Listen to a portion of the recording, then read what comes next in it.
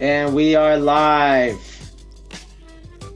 If you're tuning in, this is the Trades. Tuesday, 5 p.m. West Coast, 8 p.m. East Coast. We're just gathering everyone around. We have a really great show. We're going to start the show in 2 minutes. Tell a friend. And if you're just tuning in, welcome to the Profowon channel. Please subscribe, like, click the bell for notifications if you like content like this. Interviews, history, knowledge. Let us know. Tell a friend.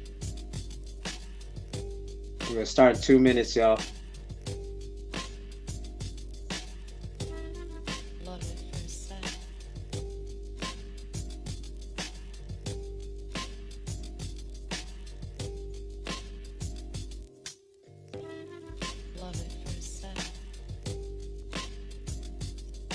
If you have any questions for our guest, feel free to put them in the chat. Right when I posted the incredible Ilmo asked a question for DJ Fleg or a request, we'll get to it later on in the show. We're just getting warmed up, going on in 2 minutes, 2 minutes.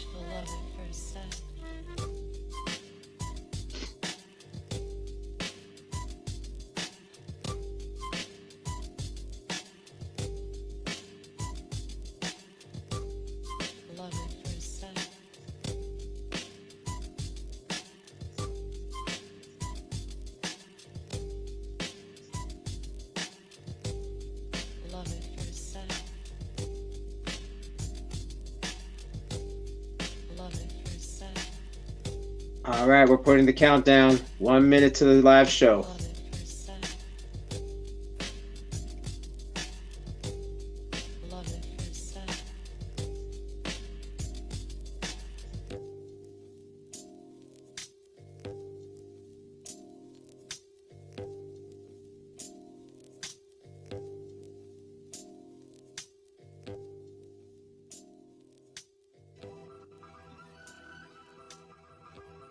Thirty seconds.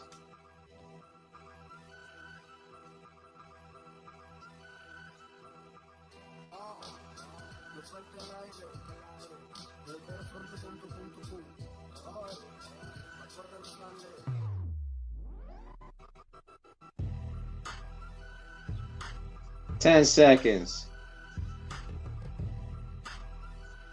And here we go.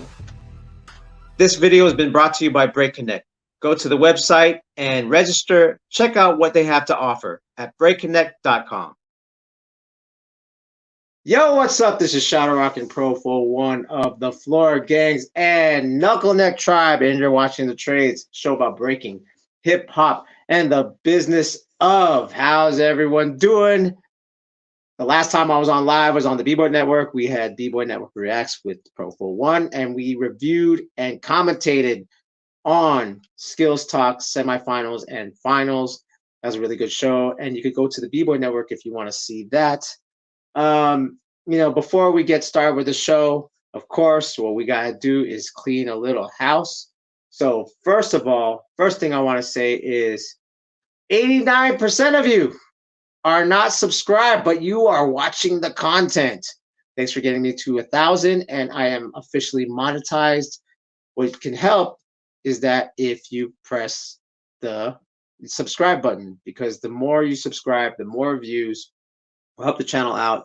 We could do bigger and better productions. And again, you could click the bell for notifications if you like interviews and stuff like that. And eventually I'm going to start doing produced content, but for right now, I just like to do the live stuff with dope interviews. Again, you could go search the my channel. A lot of dope interviews. Track 2, B-Boy Sasa, one of the first B-Boys. Abby from TBB. Ken Swift, Victor, Skilroy, you name it, I got it. You know what I'm saying? It's all documented. And that's what the point of this channel is. So again, please subscribe. Let's pump those numbers up. Another thing is giving a shout out to Zenworld, zenworld.com. They are a CBD company, and if you don't know what CBD is, it's from the cannabis plant. And unlike THC that has the psychoactiveness as far as like giving you the visuals and the high, CBD actually doesn't give you the head high, yet it has healing properties, and it basically slows down inflammation. So what Zen World has is different types of products. So first, I want you to introduce the Zen World Nano Drops. Basically, you could put this in your coffee, your sports drink, or water. You drink it, and basically it helps out with inflammation. Now, if you don't want to ingest it, you could also use the CBD freeze. It works like an icy hot, but the main ingredient, you guessed it, CBD. So it doesn't just massage, because like icy hot likes to massage, but with the CBD ingredient, it actually calms down the inflammation.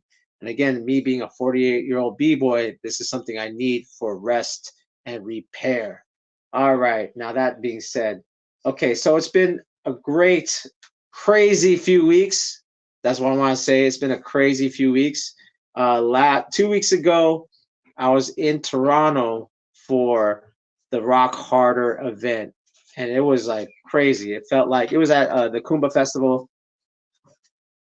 High level competitive breaking, right? It was really dope. The main star of the show, in my opinion, was this guy Kimar from Unknown Floor Force, and give a shout to him. They actually won the competition.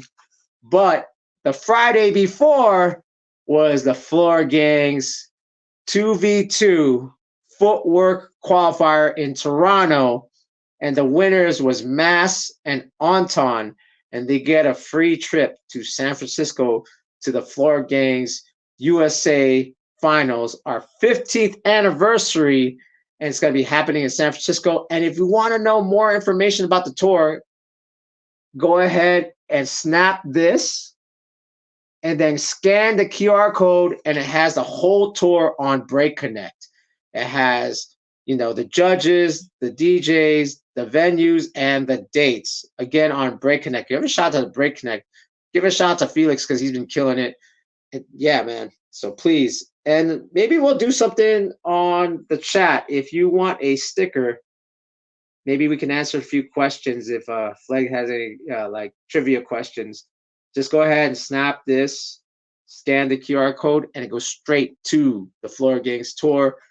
If you don't want to snap it, again, February 24th, Sacramento, California, 2v2 footwork qualifier, and then 1v1 Seven to Smoke.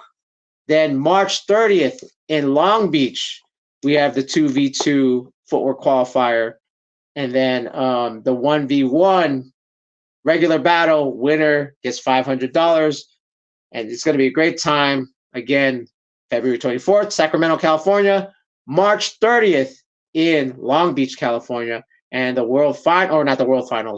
USA Finals in May 18th, City Dance Studios. And one more thing, the winner of the US Finals goes to have a trip to South Korea in Seoul for the Floor Gangs worldwide anniversary. It's our 20th.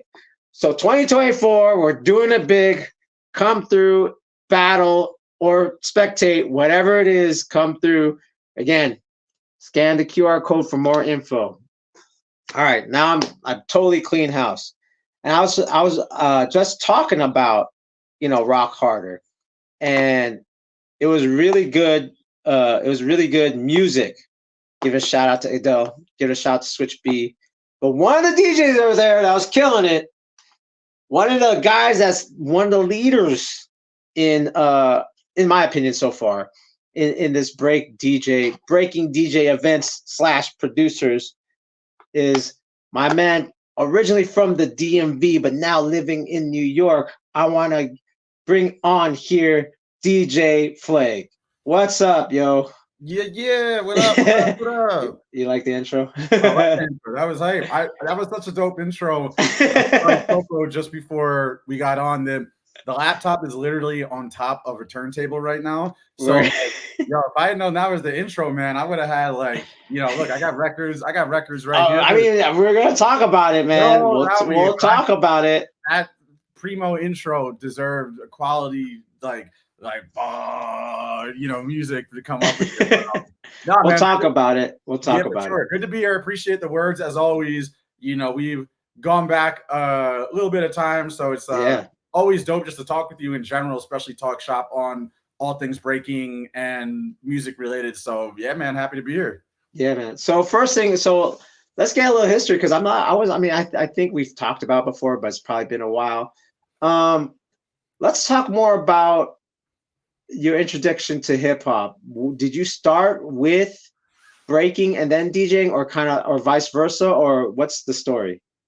So I actually went over this a little bit in this workshop that, again, you missed the infamous workshop that we could get to the controversy in there in a bit. But the answer that I gave them, which is also, just really the answer, is like I started with hip hop when like 90s rap was coming out, because I have 3 older brothers, and my oldest brother, my dad listened to jazz, and then my oldest brother wanted to rebel, but like in our house, like there was never like rock or like that kind of music in the house ever. So it's like the next thing that made sense, I guess, for my oldest brother was like the rebelling looked like what a lot of people, looked like that had dads that were like soul and jazz heads and whatever, which was like, yo, I like hip hop, and so maybe to the chagrin of my mom when she had to like drive us around places or whatever, but that's all that was playing was like the radio, hip hop on the radio, and tapes that my oldest brother bought, like I said, when that stuff was coming out. So like my intro to it, or the reason that I hope anyway that I have somewhat of an ear for how I play things and what I do, starts with that. It starts with like literally growing up on that. And then, after that, when I got to about 8th grade, I decided I wanted to try, even a little bit earlier, but like I really was like, yo, I want to learn how to break. I just saw like tiny clips of it on skate videos, and I was like, yo, this just looks okay. Word. So it's like the actual start with the hip hop is with the music from before then, but then when it comes to like the element side of it or whatever, that would be starting with breaking in like 1999. Word. What was like the first like song that you heard that like kind of like you're like, oh, like you said, your parents were into jazz.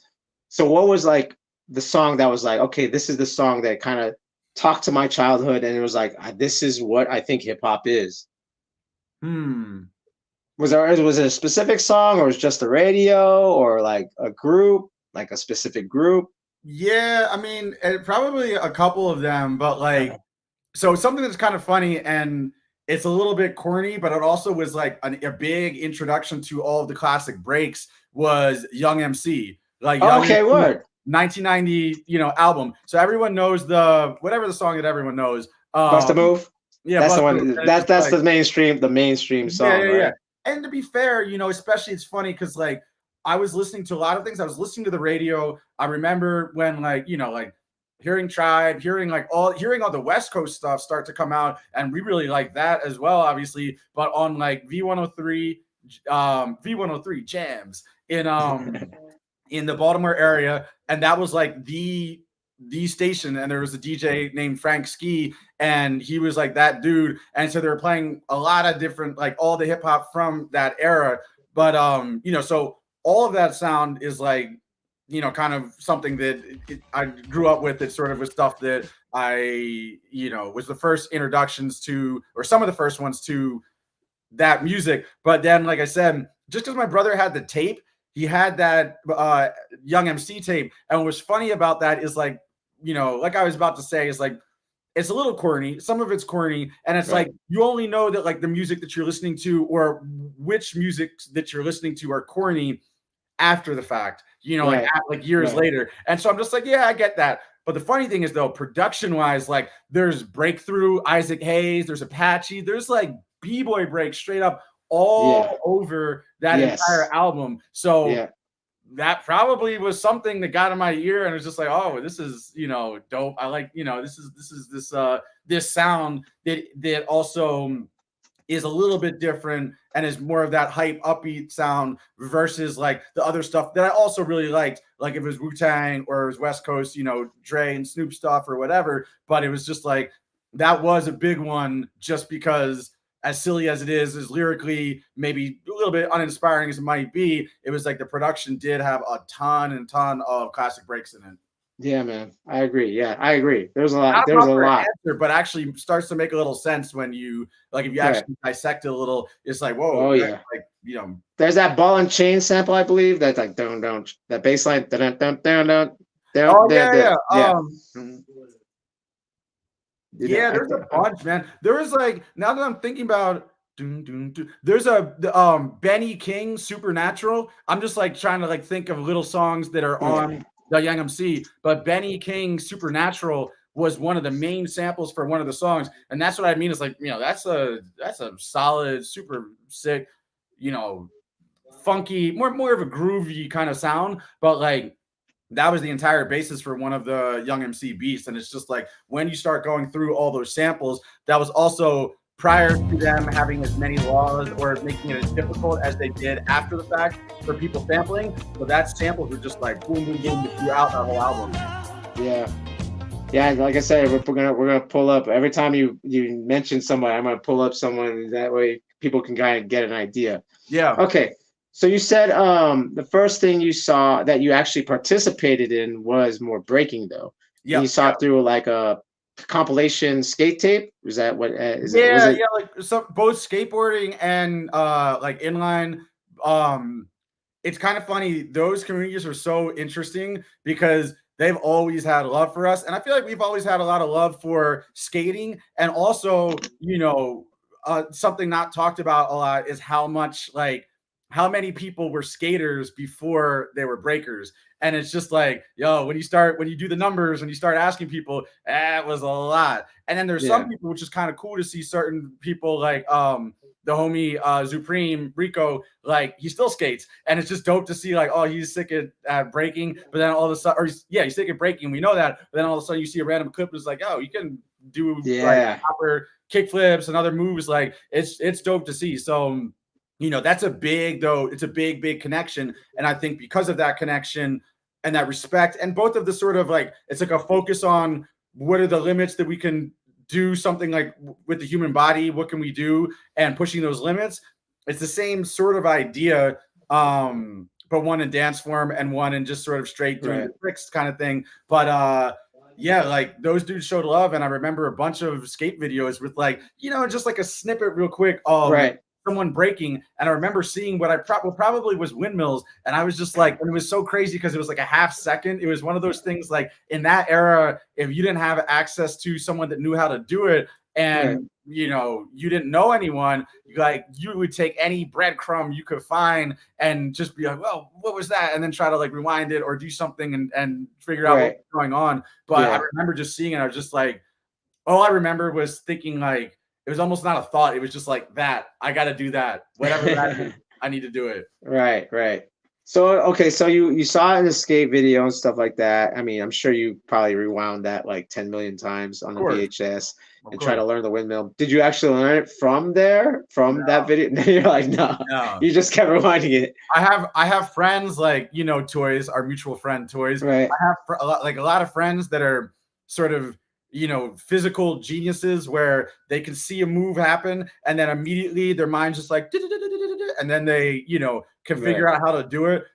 I'm the complete opposite. It's like anything I learned, it's like I had to do it like 20, 1,000 times, and like just prep, be like, yo, if I got this idea of it, basically, let me go in the corner. I'll be back in like a month. Maybe I'll get it by then.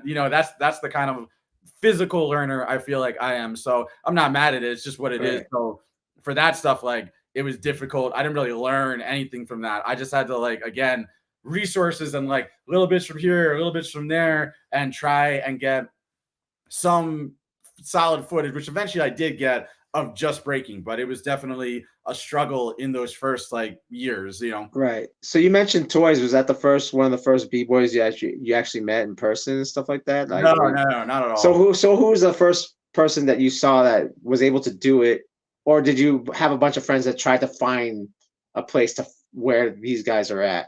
So I started breaking and trying to learn it with my friend who was better at like seeing something and being able to like copy and whatever. It was my good friend from middle school and still to this day, Darren. And yeah, we just tried to start like learning stuff. And by we, it was like I learned a few things like trying to do different footwork steps and whatever, because that was like the most I saw myself being able to handle. Because I wasn't like I've always been like decently athletic, but I'm just like I'm not incredible at most of those things. Right. It's like so he had that more natural ability, at least for some of those movements. And so yeah, and more flexible things like that. So like he started learning stuff. He start with things like power moves, and then as he would get them better and start to understand them more, then he would tell me like, "Oh yeah, do this, this, and this," and like we just try to practice it. Yeah, and then did you find B-Boys right away, or was it just you guys for a while? Just you guys alone for a while? Yeah, I mean, it was just us for a little bit, and then eventually it was like if I started 8th grade, 99, like I said, that whole year was like kind of nothing, except my brother did have a friend who braked and took me to a College Park practice, which is the University of Maryland. And that practice was crazy. I only went there. I'm trying to think, did I ever go in 8th grade? Maybe it took me, I think it took me until 9th grade until I actually was able to go there. We tried to go once and then we couldn't find it or something happened. This was before, Google Maps and all that stuff. Yeah. We, eventually I went to that practice, but that practice was crazy because it was like a jam every Thursday. And it was like all the people from like Baltimore, because the University of Maryland is right above DC. So anyone from DC could come. People from Baltimore would drive like, maybe 45 minutes. People from VA would drive like 45 minutes, but it was pretty central for everyone to be able to get there. And that was like all the different crews that, still exists, a lot of them to this day, but like, LOZ folks were there, of course. I'm sure Natural Elements came some, but who I remember a lot is like ABC crew, which then became AWR crew, which was like my first or one of my first crews. That was like Goofball and all of them. And then, yeah. So some of them still in the game, which is cool. And then a bunch of people that were in college that were learning. And then all the VA cats, like the guys who are now lab rats, used to be called 703. 703, yep. Yeah, because that's their area code. So the 703 guys would be, up there and whatever. And it was just, it was crazy. It was like, it was nuts. Like it's hard to describe in today's terms because like today you can so easily see stuff online and start to like get you in the mode of like, oh, this is what people do. Oh, this is what it looks like. Yo, I didn't even know what it properly should look like because I didn't have footage. I didn't have people around me that did it. So when you or for me, when I entered a practice with all these people at clearly a way higher level, and they were doing like there was like Tan from LOZ who's like LT, who's like LT. Shout out to LT, Shout out to LT. Like I remember his stuff and just like doing like crazy stuff. And so it's just like when you're going from like 0 to maybe when it came to the world, it wasn't 100, but realistically, in terms of world level, let's say that was at like, an average of like around 80. If 100 is the highest you could be, it was just like there's a lot of people at some pretty high, pretty good levels, maybe not world class, but just good. But I'm coming from 0. And so that was just like, I'm just like, trying to wrap my head around what, people are doing. But yeah, so that was like my first, exposure to seeing a lot of people doing it and then just seeing like, whoa, like these are the moves people can do. Like this right. Yeah. This is beyond the windmill I saw in a skating video. Which again was like, it was like a dark club footage. Like you saw, feet going like that. And I'm just like, it looks amazing, but I have zero idea. I can't even give you to tell you what is happening there. Especially like at that time too, if you're talking 99, 2000, that's like LT, like on the hand transfer styles type of stuff. It's like that's even beyond like windmill. Like this guy's bouncing and transferring his weight from handstand to like down and then through and stuff like that. And it's like I didn't really know what like threading was, and especially not like complex stuff. So I remember even seeing footage of LT doing stuff, and I'm just like, what? Like, wait, what? Shout out to LT. And then you said 703. Shout out to King Create out there. You know what I mean? Shout out to who else was there? Beta and because I know they were back and forth to Virginia a lot too. Yeah, the Florida, Zeno, yeah, the Florida yeah, cat. And then obviously all the Ortiz brothers. That's like the right, yeah. That's the nucleus. Right, yeah. Shout out to Flash too, man. Oh yeah, and I was just about to say, their crew as well. You know, why am I? This is stupid. I'm blanking on it for a second. I'm gonna think of it. But yeah, like Flash and all those guys, like same thing. Like they kind of, I feel like for a time, I almost thought they were in 703, and maybe they were, but like then they had, you know, they have their own crew as well. So right, you know, but it's yeah, a lot of those guys from Virginia definitely, you know, influence the way I look at style, the way I like to see certain styles. It was just like, it was that kind of more Florida style, which was New York style. But yeah, that's what I grew up on. So I think I remember conversations like, so even before that, you started to play instruments, right? Or was this kind of the same time? Yeah, no, but way before that, because like I said, my dad was you know, listening to jazz and that kind of stuff, and so because he's a jazz trumpeter, so I started playing music really as soon as I could. You know, like third grade violin. I didn't really want to play it. That was just like the first thing I could play, and then after that, clarinet. And then to saxophone, because I always wanted to play saxophone. And so the clarinet was like, oh, learn this first because that'll help you with whatever with saxophone. And so, yeah.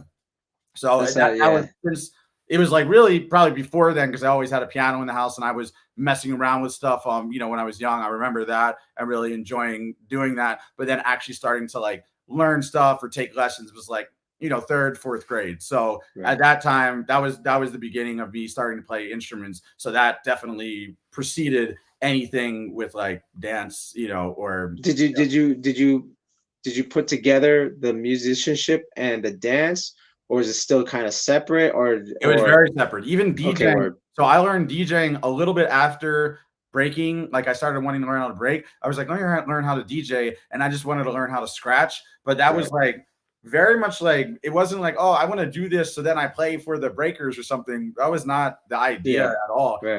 Like separately, I was interested in the music side and I wanted to do that, and I was interested in that. You know, I was interested in that, and I just wanted to learn how to do it. So it was funny how all of them, even the things that you think might be done very related, they're like, oh, I started a DJ because I saw that I could DJ for breaking, and I was already interested in that connection. Not even like that, only came maybe a couple of years after, and I was just like, oh, I could but it wasn't. Was it when you wanted to learn how to scratch? Did you watch any scratch DJ battles and stuff like that? Is that why you want to do, or is it just scratching alone? Like, that sounds crazy.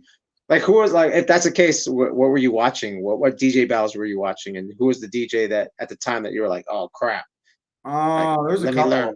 Oh yeah. I'm probably blanking on some of the names, but it was like I definitely at a point started to seek out, and I got a couple. At that point, it was VHSs, and I got VHSs of like what was it? There was two.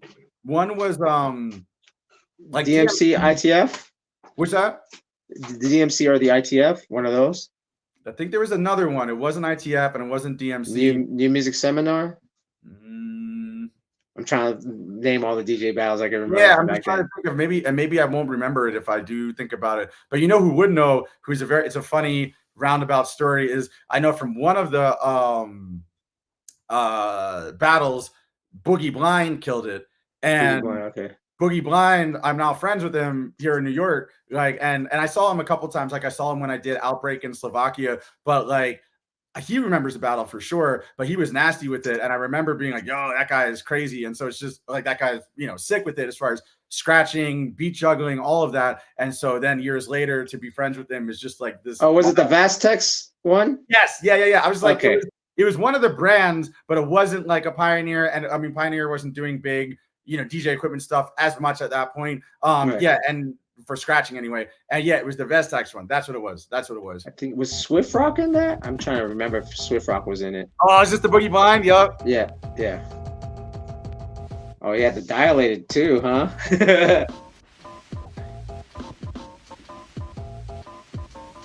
Yeah, I think Swift Rock from San Francisco was in this battle too, if I remember. He may have been, yeah. Because I think this was like the last of like the DJ battles, right? Like Vastex was like the last of the DJ battles. Maybe, yeah. I'm not like.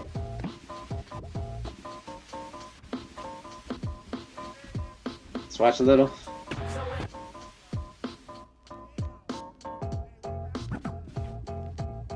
Alright. Yeah. I love it, man. Yeah. So that's dope. So that's dope that you got you I mean, because towards I think, you know, for me, the prime DJ times, in my opinion, were like early 90s DJ Qbert, Invisible Scratch Pickles, like Executioners. And then like eventually it became like DJ Craze and A-Track and like, you know, and then of course Beat Junkies and stuff. And then towards the end it was kind of like, yeah, like, you know, you had your Swift Rocks, you had all these guys, and it's kind of died down. The battle scene kind of died down. Scratch Masters, it kind of died down. And then like, just being honest, like a lot of it got really whack just because, like, no offense. Like I have some friends that are in it and they're really good at scratching, and some of them are actually really cool. The homie asked for some of my beats and I was like, that's cool. Like, you want to, you know, do it. You want to scratch over some breaks, which reminds me that I need to send him some stuff. But like, you know, certain people, and it's not even people that I know. I don't know who it is. I just remember seeing some footage and they're like scratching over dubstep. I'm like, bro, like, come on, man. Like, I'm not a huge fan of it in general. Obviously now it's kind of like that is done as far as I can tell, but it's just like, without even hating on it itself, it's just like, yo, if you're gonna do scratching, like the whole idea is that it's like funky, and like everyone was sort of was in that scene also had this certain taste in music, but it could vary too. Like you had guys, you know, Qbert, like doing some like futuristic, like, you know, the like kind of electro beats and stuff like that, and that's cool too. You do like a little bit of that, but it still is like you have different like a majority of it is funky, and then some other things, but that's, you know, just generally good music that you're DJing, that it happens that then you're doing these scratch routines, but like just like Boogie Blind, like he's doing Dilated Peoples, you know, or, you know, whatever, you know, you're choosing the good music first, and then you're building a off of that. And that idea got lost, and I talked my shit about it, but it's like, I agree. I don't agree. feel bad at all about bringing that up. Like Pepperidge Farm remembers, guys, like that shit sucked. So okay, so you want to learn how to scratch. It's funny because I learned how to scratch, but I never learned how to blend. Was that something that, like I said, because I was so into scratching, did you want to blend, or it was just like you were forced to learn how to blend and mix? Like, how, so tell us about that. How did you go from like, I just want to scratch, to, well, let me blend these two records and maybe like, you know, put something together as far as a DJ set, or just blending music? Yeah, blending, I feel like music, you know, mixing seamlessly became more something that I wanted to do when I started like DJing events, but then also mostly DJing parties, like DJing, you know, funk parties. So it even took some time. Like I could obviously do it and match beats and whatever, but there still are techniques to get like even better at it. And when you start to learn some of like the way of like, you know, disco mixing, things like that, like the way disco guys do it, they don't really touch the record like that. They're moving the pitch fader to do basically. If you're at 2 and you want to speed it up, you have to speed it up a little bit. You can't just speed it up to 4, you know, because then it might be too fast. But let's say you want to go 2 and you want to speed it up to 2.5. You also have to account for, to match the other record. You have to account for you speed it up, but like you don't want to leave it on that because then it might go too fast, like I said. So you do this like shoot, shoot, shoot, shoot. So you go 2, maybe all the way up to 8 real quick. So you speed the record up real quick to get it closer to matching the beat of the other side, the beat you're trying to match it to, and then you bring it down, but you bring it down slightly higher to 2.5. Stuff like that. So that's like a disco mixing, a house mixing, but definitely disco where you have, you know, songs that aren't quantized, and so when you're mixing them, the drums might be moving, like both drums might be, so you just have to use your ear and be like whoop, whoop, whoop, and ride it a little bit, whoop, down a little bit, whatever. And you know, that was a technique though that took, you know, DJing with the homie Graham. Shout out to Graham Hackey. That's the homie who I did 4 Hours of Funk with, and he definitely showed me like a lot about that because I didn't really know about that technique. And I just saw Sounds it. like a disco technique for sure. Yeah, and I just saw it. It's like Unlike hip hop technique, right? what's that? Unlike the hip hop technique, like the do it, like right. This is more of the blending style, right? Yeah. It's just like without scratches, you know. Right. But like what's funny is those original, and this could get us into other history stuff. Is like those original hip hop guys. You know, they would say it like do in the disco mix, like right, hip hop, but like they were utilizing disco mixing techniques to that, and then like flipping that up and doing their own version of it. But it was like at its core, that came, at least as far as I know, a lot from the basis of how disco guys were mixing songs and doing it seamlessly. And they're like, all right, let's just do this, but then do it sort of in the hip hop style, maybe add scratching in there or whatever. Right. But like, not all of it, but at least some of it comes from that basis. So that's not to be downplay the influence of that within our culture. Right. So okay.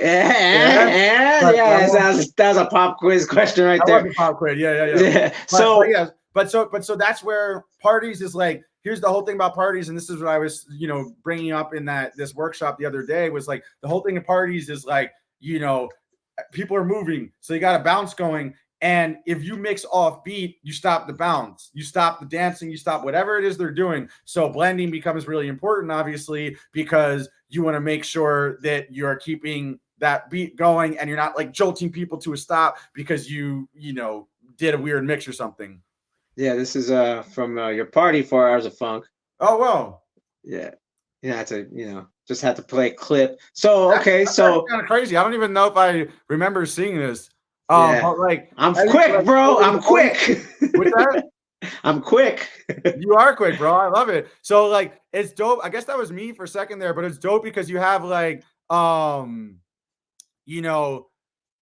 was a party, bro. Like it was a party. We were playing funk music, but it was just like, it was a party. And we would even do some like, kind of Baltimore centric, Baltimore focused things. Like I play Baltimore club. It was a funk party, but just like occasionally, like whatever, like just have fun with it. And maybe, get little bits of, off track, but still just keeping the party bumping. But we had that whole front area that was like filled with people. And then the back area would be at least one, maybe two ciphers. So it was this perfect mix of like having, breakers, poppers, lockers, everyone up in the mix, voguers, and then also having a regular crowd. But the regular crowd, they could look at it and watch it if they wanted to, but they could also just do their own thing. And it was like that energy, back and forth was amazing. But again, so DJing for them, I always have my dancer friends in mind, of course, but I'm also looking at the regular people. Like I want to make them happy. I want to make sure this, I just like, do a proper job of DJing, which involves blending smoothly and learning how to make sure you're like doing that right. Not, as much as you can, train wrecking or whatever. Of course that happens, but whatever. Yeah.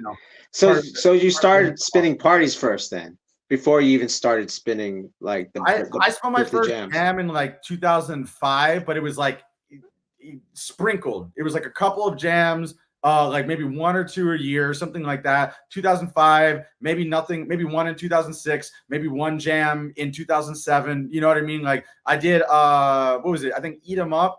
That was a jam that I'm pretty sure it was Monk through Unbreakable. Monk was a dude from our area. But yeah, he's actually bringing Unbreakable back. So I hear, but that's the homie. But we'll, hopefully that'll be blasted out and, kind of give him his just due and just like, do another version, another edition of that event that was really dope. But in any case, so he put me on. Big love to him. He was like him and DJ Daddy-O and Fresh Mama. They were the people that kind of put me on first then.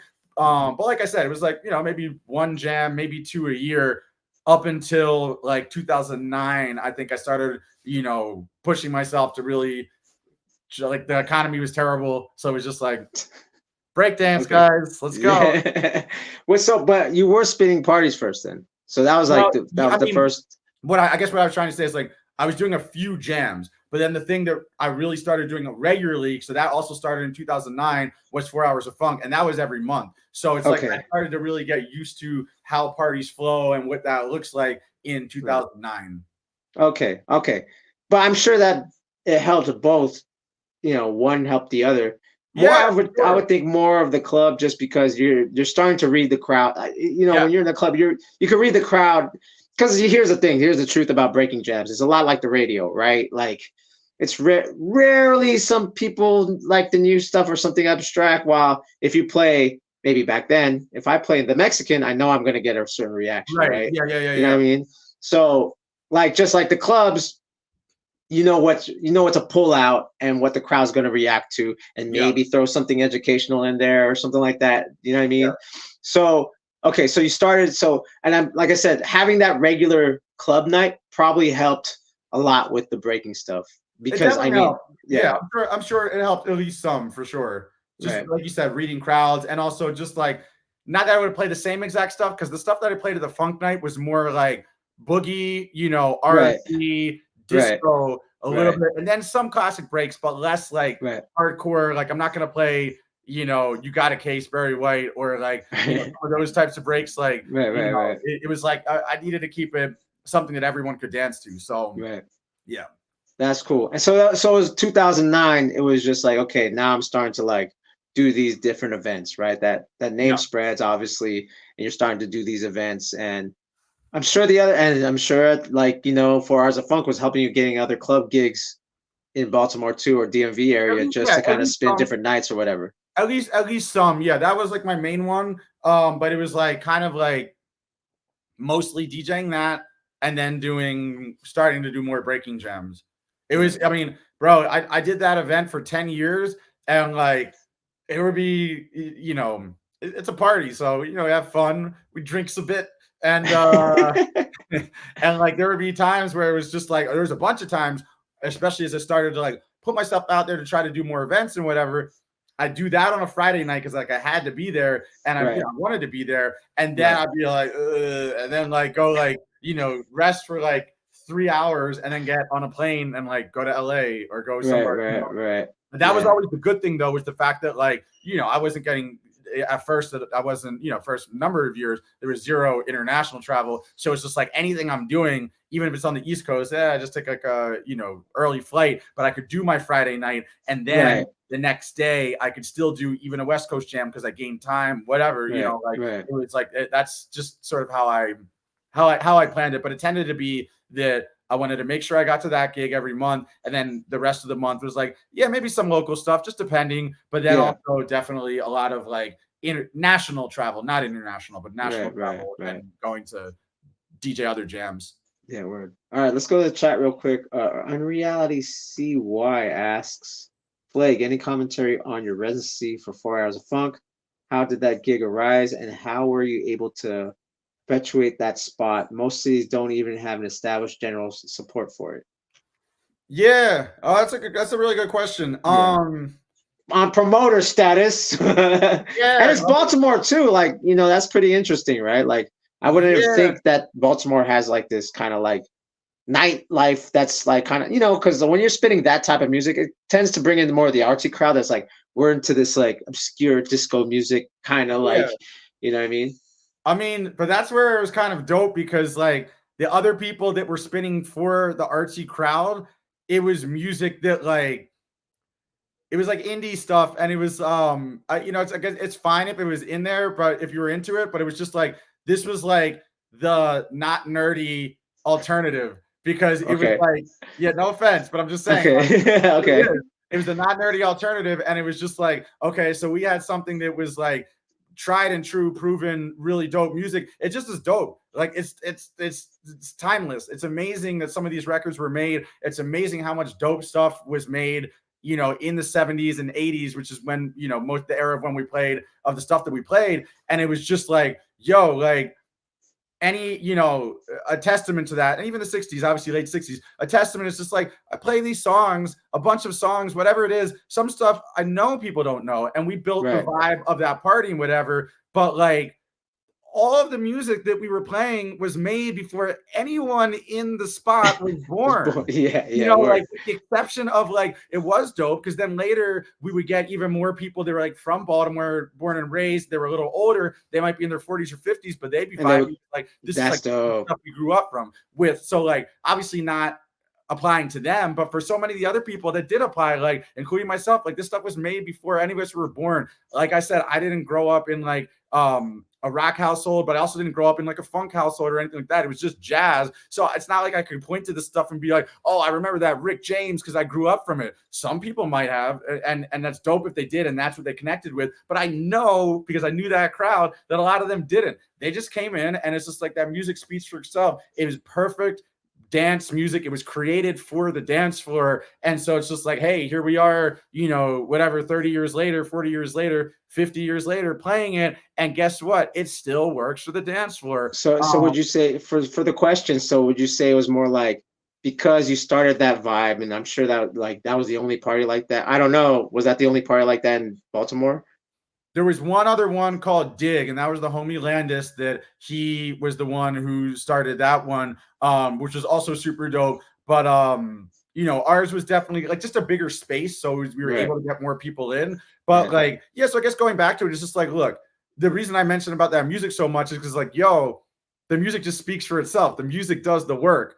You know, that's an important, you know, lesson for DJs too. Maybe if they want to mix out of a song too quickly, sometimes you need to, but sometimes like, bro, again, this stuff was made for the dance floor. The music does the work. Just let it play and people will dig it. People will like it. And so, you know, with this party, we just played the music, and it started out with like a core group of breakers. So like, shout out to all those guys. I remember who it is, you know, like all the b-boys that were there first. And it started as just like, yo, it's just my crowd of homies that like to break. So that was like the first 1 or 2 parties. I remember the third party that we did, it started to be like, whoa, like, because we started in June and we did, that's the first party. What do you expect? The second party, like, whatever, it was cool. Third party was like, whoa, we got some regular people in here too. And it's just, again, like, people, it was a known bar, known spot, and people would kind of pass by and see what was happening. The dancers create that energy on the floor. And then, like I said, as long as they're not like the only show in town and they're kind of like in their spot in the back and enjoying their ciphers,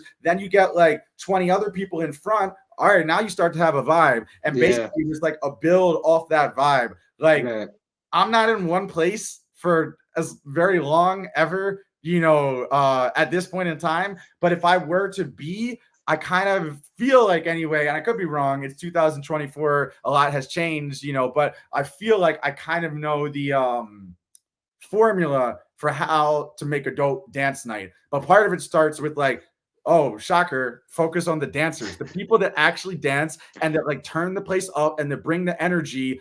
Get them in the spot, satisfy them first, and like that's who you play to, but not playing like, you know, b-boy break type whatever. It's just like just playing good music, and then also, like I said, make sure there's good music, and then other people that come in will peep the vibe, also enjoy that dance music that was made for the dance floor, and that's how things cycle and start to snowball into like a proper dance party. So that was like, that's the long answer, but that's, you know, sort of how we did it. It also helped that my homie Graham, who, you know, was the guy, we both did it together, he's the other DJ, has, you know, was able to do graphic design stuff. He was a graphic design dude, so he would make dope flyers. Okay. So I was just telling my homie, like, to this day, I see flyers and it's just like, I don't personally know how to make the best flyer. I could make like an okay, just like, you know, pretty simple one, but it's just like, I recognize when there's really bad ones, and I'm just like, yo, like, I don't know what you were thinking, but that's terrible. So just a general design, you know, detector of like, you know, a sense of what's good and what's not. And so that would really helped for afterwards, but even for during the party, the fact that he had the, you know, ability to do that and you make all of our flyers dope, that also helps out. Makes you look like you're not on some newbie shit. Yeah, word. So okay, so you start doing the party, you start DJing more. And when was, so this is where it's like, it kind of like, for me, for us in the breaking scene, it kind of just happened and it kind of blended its way in. When did you start seeing more produced breaking music?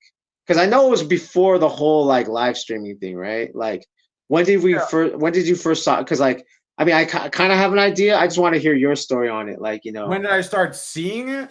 Yeah, or actually hearing it. Oh yeah, like hearing it. Probably the first time it was notable was like I went to the BC one in New York City in 2009. They were able Oh, 2009. Really? Back then? Oh, shoot. I didn't. Yeah, but wait, no, what I'm saying is Okay. like DP1 that time was able to play all the bangers, which was dope. Right. Like, because I Yeah. don't think like they had the whole system of everything together. Yeah. So like Yeah. it was Yeah. really dope to be able to hear it and be like, yo, this is like all well, actually, no, you know what I remember they did? Now I remember. I think they used to make it you play whatever live at the spot. Right. Right. Afterwards, they would dub over it and it would be some Oh, like shit. nah, like it would be whatever. Right. Them, I think it was São Paulo in Brazil, São Paulo, Okay. Brazil, where maybe it was Scheme that DJ'd, and then you could tell that some of the beats they were starting to get that idea of like we need to clear our own music for this, and just like start to play some beats that were just whatever beats, to be honest. It was just like, it was like Scheme plays dope stuff, but he was obviously limited and had to play whatever he had to play. And but that's when it was first noticeable, because then people would be like, yo, why is this music like, man? And it wasn't just the music that was like being overdubbed, it was what was being played at the actual event. Word. So that's the first Okay. time I remember it being an issue. That 2010? It was that 2010, 2011? Probably, yeah. Okay. Because I don't remember, because like I don't remember the overdub thing. I don't. Like, I do. I remember the overdub thing, and I remember the like just kind of tepid whatever beats kind of thing. And that the beginning of that being what was played at the BC ones, for the first couple of years. Okay. Interesting. That's interesting. Yeah. I mean, so now we're gonna get very exact, and I'm gonna have my opinion a little bit later. I just want to get to the history of it, because like it kind of just blended in and you kind of just adapted, right? Like I'm trying, like I just noticed it's like it's here now. The pots and pans are here now. You know what I mean? Like it's just like kind of one of those things, right? But I'm just like, I'm asking you because obviously you were DJing at the time. And since you're a musician, were you already into kind of like beat production just prior, just to mess around with the SP12 and all that type of stuff? Definitely. Yeah. Like I had a sampler in college. So like early 2000s, I was already starting to be like, oh, what is this? Whatever. But like, I wasn't really, I think I made a couple like tapes of like things where I just like made a bunch of beats. Really, like I was doing an SP303 directly into a CD burner. Oh shit! Word. Yeah, that's how I made like an album or CDs of stuff. Word. And yeah. And like, was this more? I mean, this is okay. So this is because like right now, as we speak, I'm more like I'm doing more research now on just all around hip hop stuff, even music production, right? Like I was kind of into it, but not really as much as like, because I'm really trying to understand like development of production. Yeah. Like, were you, because for me, and I'm gonna backtrack. For me, when I first heard Beats, Rhymes, and Life, I did not like it at all. Like Tribe Called Quest, I was like, what is this? This is not Tribe. I didn't like it. Yeah. I did not like it because I was 24 at the time or 23 at the time. And I wanted that boom bap, Yeah. And when I heard Beats, Rhymes, I was like, that doesn't feel like this, right? Yeah. So that's why I'm asking you now, because if you're making beats, that means because like I'm used to, like I want Premier. Give me Premier, like Pete Rock. So I love Pete Rock. Pete Rock was like one of my main inspirations and whatever. Okay, so that's what I mean. So, but right now it's like Dilla, right? Like right now it's like everything is Dilla. No matter where we go, it's Dilla. Like, you know what I mean? I love that. I had to get used to Dilla, and now I see the genius of him. Was he influenced a little bit? But I did, I'm like, man, that guy is sick. But I think one of the things that I feel like is a little bit misunderstood. I mean, there's a couple of things, but one of it is just like that Dilla swing. It was like that was like one style that he produced and he was sick. But he also did something where he did a bunch of tracks where he like really just relied on the sample. So he had impeccable sample choice. And it wasn't just a matter of like, oh, let's do the sample and now let's put this swing on it. This is the one Dilla swing. It was like, no, he had a bunch of different approaches to, sampling into how he was going to make a record. And yeah, there's a lot of the ones where he did have that swing, but there was things that he didn't. And I think that's like the amazing, like, Yeah, like just man, like just listen to his like whole albums, you know, and it's like it changes by the album and whatever, but it's just like there's so much stuff that it's just really impeccable sample choice and using that to let the song to make the song as dope as it is, and him having the ear to be like, yo, I should put that in there and really just like let that shine, not let me put the like it's not on every beat. And so yeah, that's that and just like I feel like he would love,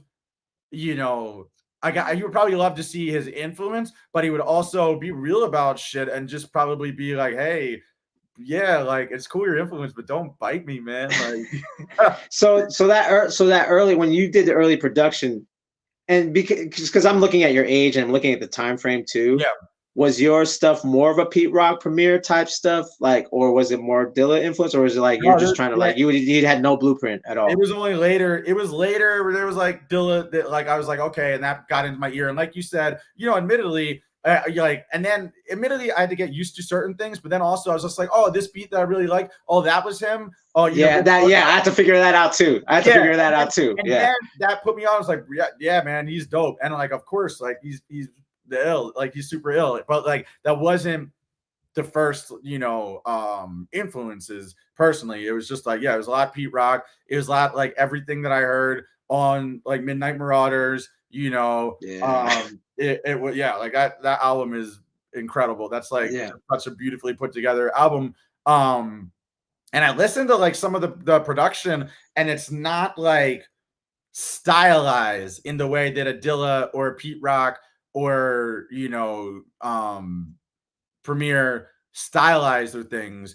You know what I mean? Like it was like they were basing it around a sample. And so that's kind of the approach that I started with, was just looking at that, yeah. It wasn't chopping stuff up. It was like finding a sample. Finding a loop. Yeah, finding loops, like using a bunch of loops, seeing where I could find loops on things or whatever. And it was like, admittedly, that might be because like I didn't really know how to properly chop stuff, or it took a little time, and I got a little bits of it, but it wasn't like that wasn't my focus as a style. It was more just like find the record, find the thing that no one's used, find the loop that no one's used, find stuff that you think sounds dope. So that was the approach. That sounds different nowadays. Now I think everyone wants to chop stuff up instead of like kind of that approach, because that used to be the approach, a very 90s approach, right? Like I found this sample that, you know, I'm going to use this Akira sample that, like, you know what I mean, or something like that. You know what I mean? It's interesting because like some of that stuff, like again, you listen to some of the Tribe Called Quest, you know, production, and it's just like,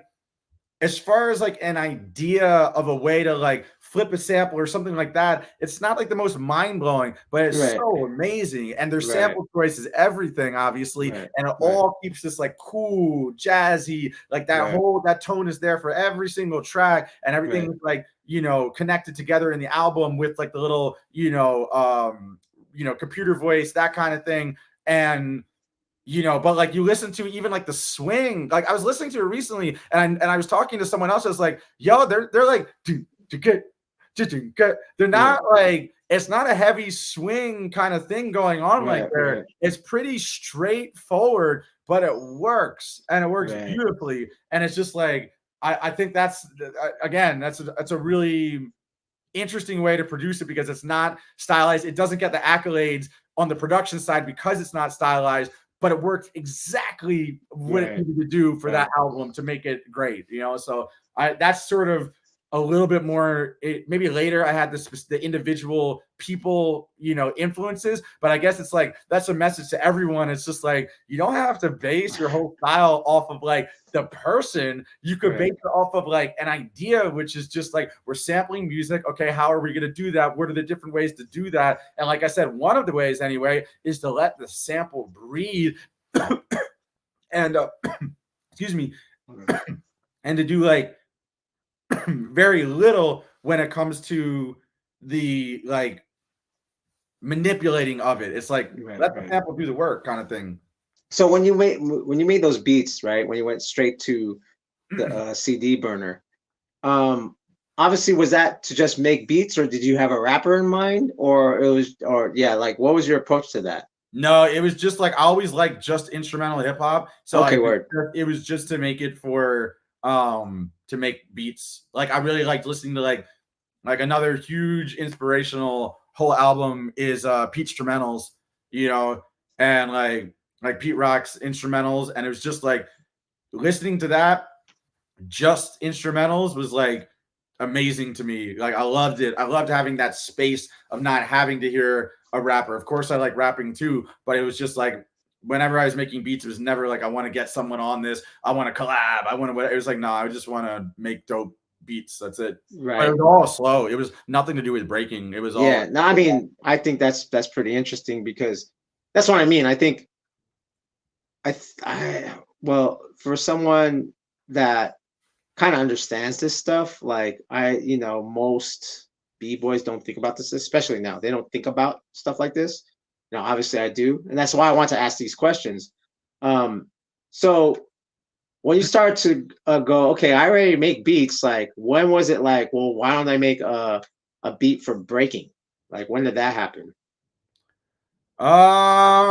Like it's just a Pete Rock. Actually, I know. It's a Pete Rock pictures. Just to let people know. But yeah, go ahead.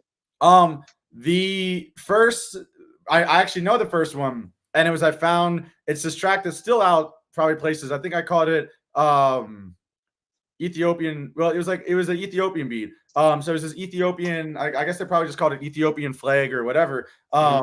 And it was on the first mixtape that I did for breaking, which I put out in 2009, and that had like a combination of some digs, different digs of mine. Maybe like the one track, I think I didn't realize that I kind of bit it from someone, so it's like, whoops, like this is like, like I mean, it would be like friends just gave me different tracks. I was like, oh, this is hype. It was like a remake of maybe Just Begun or something like that. But in any case, so I can't claim to be perfect, ever. Right. And like I had my mistakes. But anyway, but a lot of them were digs or stuff that I thought was cool. But one of them was this Ethiopian track. It was the one that goes bum bum bum bum bum bum bum dum dum gat ba ba ba dum dum gat ba dum dum gat. That's the one. This one. Yep. Okay. All right. Yep. Okay. So that one was like the drums were "Hey Joyce" by Luke Courtney, because I really like that. And then the sample was just like rare Ethiopian record that I heard on eBay, and I bought it, and I was just like, "Yo, this is fire!" Like that's that dope like horn sound for breakers and all that. So that was literally like 2 samples, a drum sample, and that I tell people this is how easy. This is hip hop could be as hard or easy as you make it, but like at its core is like a drum loop and a melody loop. Right. That that can be a hip hop record. Sometimes you find an initial producer that was so dope, like a Mizell Brothers or like stuff that Barry White produced, where it's actually one and the same. Like Can't Get Enough of Your Love, like just the drums are already hip hop drums, and it's like you literally, ba ba da ba da. I think it's one of the. He has every song of his has name. Yeah. Ba da ba da. Like that, you don't even need 2 samples. You need 1 because the drums are really hard. Right. Like a loop of that. So in any case, it can be really simplistic, and obviously you can get way more advanced. But for me, like that's the easiest way of doing it is like, but something original, again, not a b-boy break or like drum break, but not something that like everyone had used. It wasn't like,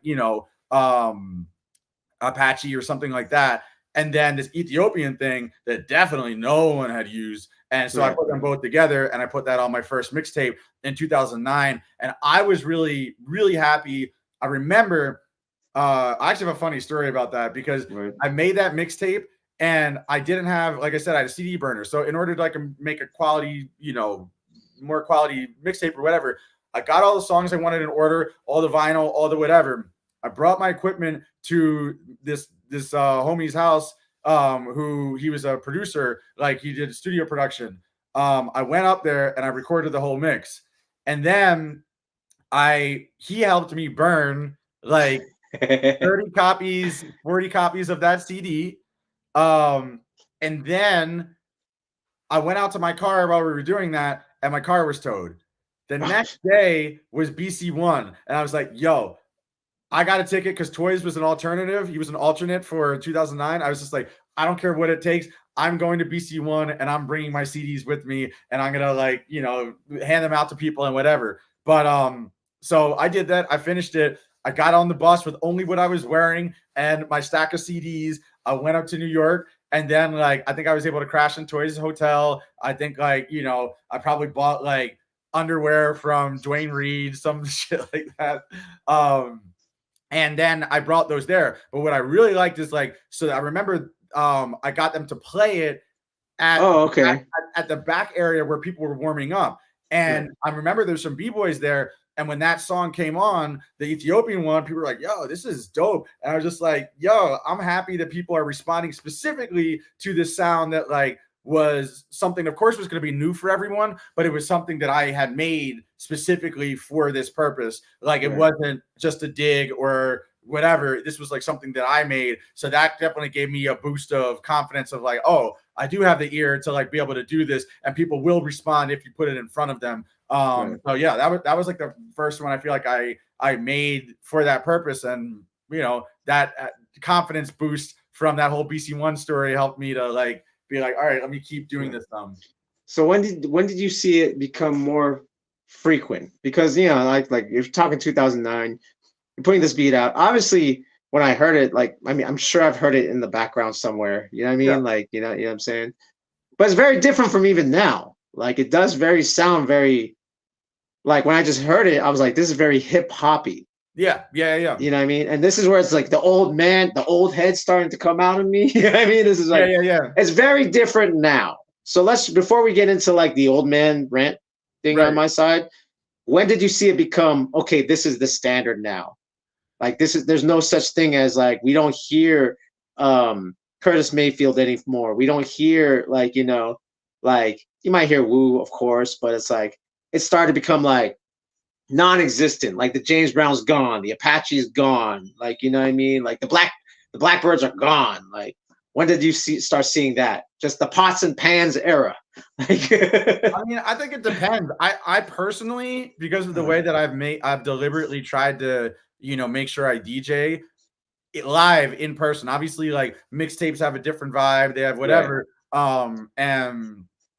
But live, I've always kept that sound, and I feel like I've always gone to places where people at least can't, you know, kept a lot of that sound. I don't know like what happens out west exactly or how people maneuver through that and whatever, but I don't know. I feel like it's always been there, which is dope. I don't think it ever left in the US anyway. I can't speak for a lot of other places because I've heard a lot of other places and it's not great. So okay, so maybe we'll talk about more of the mixtape then, because it's like you hear it now. Like when I hear like say I go to a session, I don't hear any of the things that we talk about. You know what I'm saying? All I hear is produced music. So when do you think that started to happen? That's interesting, and sometimes that's my ignorance of like what is going on. Like I go to practice spots, like I try, and either I'm like nope, and I control the or I go to places where they already know, like, you know, the homie Mario throws our practice over here in Brooklyn, and shout out to him because like he always has dope music on deck, and it's just like that. We don't have to like, you know, nitpick over things, or it's just you know, some classics, some Afro funk, Latin funk, all types of different stuff. But it's just like, yeah, like, but I do know what you mean. Like then I've gone to some practices just in general, and I'm like, what the fuck are you guys playing, man? Like, come on, stop it. And sometimes like my mixtapes actually, you know, look good compared to that because I don't have mixtapes where it's all produced music. Like I deliberately didn't put that stuff out there. There's a lot of stuff that people take, like, because I license stuff to the Red Bull library, right? And then any of the DJs that play those events can download my stuff. But like, there's a reason that I didn't put it out there because I'm like, this stuff is like whatever, it's fine and it works for this purpose. But I don't want you listening to this like day in and day out. And like, it's happening. It's happening. Maybe that's a little bit me being a little bit removed from certain things. And I'm like, oh, like, you know, surely people must be better than that. And it's just like, I guess not. But I mean, like, I feel like, okay, so looking at sort of some of that evolution in general, I would start with people like, you know, even Lacey was doing little bits of like, you know, like chop stuff, like or just layered extend or no, layered no, stuff. Okay. layered stuff. Okay. He obviously Okay. had his lacy classics and whatever, but then he'd also have a couple things where it'd be like multiple things, and maybe Aiden was helping out, or they were both doing that together, because Aiden's stuff is like that too, which is dope. And so it's like layered stuff. So they had that. And then even prior to that, you know, like different, like a DJ Spinna, or, you know, some different guys that were putting out like things that we would break to, like that sort of faster type of tracks where it was produced. And it was like, but it was like these organic sounds. So what you're talking about is like, you have some of that stuff that existed just, you know, around and about, but used that sort of like, the basis was like organic, like DJ format as well, things like that, where you had like, you know, these dope organic sounds that were the basis for a produced break. So it was like taking the drums from here and this like horns from here or whatever, but just like my track, like it sounded like kind of natural and didn't sound like it was super you know, like fake sound produced, whatever. Yeah. Then we start to get to like, I mean, I think the big push for it probably came with Lean in 2013, 14. Okay. And he definitely, you know, he and the people that he had helping him to do the production definitely had some of the organic sounds too, especially in 2013, I feel like, because you had Peyton Locke, and Peyton Locke had that same, again, approach to, this is how we're gonna do the production. It's gonna sound very, you know, natural, but then it's gonna be at B-boy break or B-girl, you know, tempo. That's how he wanted to make it. But then, you know, Lean was trying to bring new sounds in, which was dope. And so in 2014, he got a lot of different, because he did BC1 again, he got a lot of different people to come and help him with the production side of things. You know, like Mr. Carmack, Falcons, B Bravo, all these other people. And the idea was, you know, to kind of push the sound forward, to make it something, to bring it to the present time, as far as how other people were, you know, making music at that time, and be like, hey, let's make something that kind of matches the production value of the newer stuff, not just always looking for that, you know, straight organic, you know, whatever sound. Interesting. Okay. And I think the way that probably Lean, from what he's told me, you know, he could say it in his own words. I don't want to speak for him, but I feel like, you know, a lot of that stuff he looks at like as an experiment of like, let's just try this out, you know. And it's funny how sometimes we could be like, yo, we just want to try this out and see how this goes with the community. And then all of a sudden that becomes like the standard, even if we don't swear by it 100%. So it's like, I was doing production at that time too, and trying to make things a little harder and whatever. But then I think personally, you know, that did influence me, hearing all those different guys make tracks.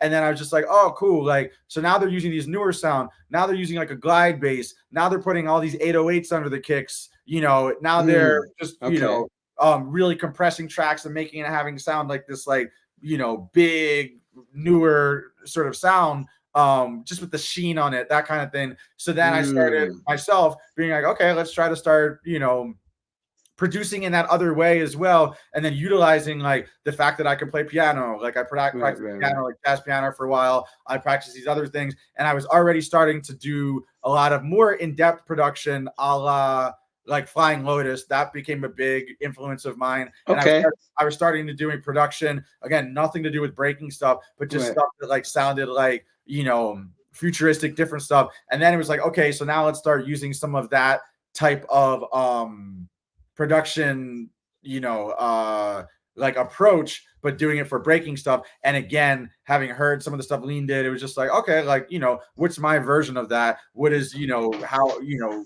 the stuff that Lean curated, I should say, like, and it's like, how does this, whatever, you know, like how can I make sure I'm staying up with the game?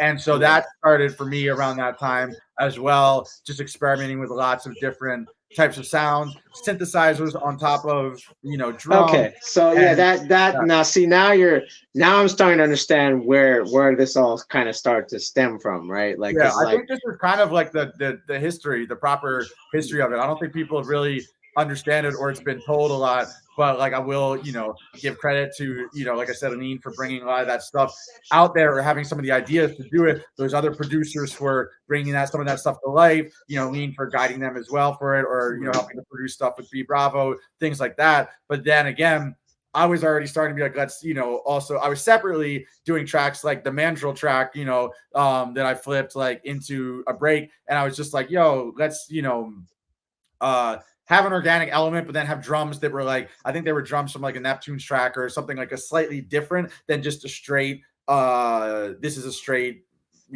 drum break from the 70s type of thing. So I was already in my own way being like, how can we start to push this a little bit, and update some of this production.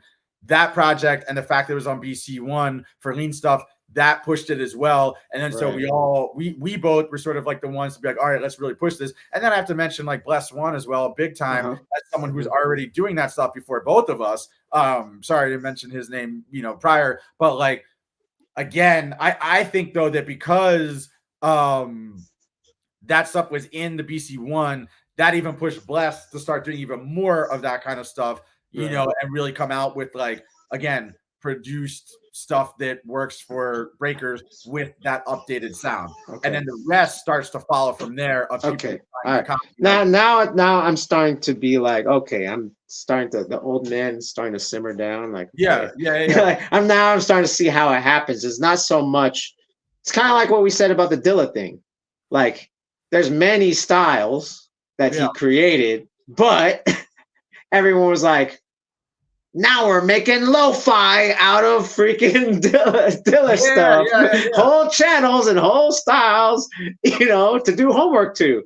Yeah. You know what I'm saying? No, you're right. It got to like the progression of it wasn't really a progression. It was like, bro, this is like smooth jazz for millennials and zoomers. Like that's what that stuff is. And it's just like, it's gonna age kind of badly. You know what I mean? Like, it's just but yeah, but it's like you get that when you get into this internet age where you put an idea out and then people are like, oh, I have an idea. What if I do this? Oh, what if we do this? Oh, what if we do this? And it's kind of like, I don't know, like a game of telephone where by the end of the telephone, there's a completely different thing being said than what started out because it's been, reworked, whatever, all these times. Like, and you're right. And I feel like I agree with you. It's like there's a point. The point is now, and it's just like I listen to this stuff, and people are trying to make it as if it's a genre. I think that's something that people don't understand about. Like, at least for me, I can't speak for the other guys that kind of were on the forefront of it as well. But like, to me, it is not a genre. Like B-boy breaks is not a genre. Sorry, bro, it is now.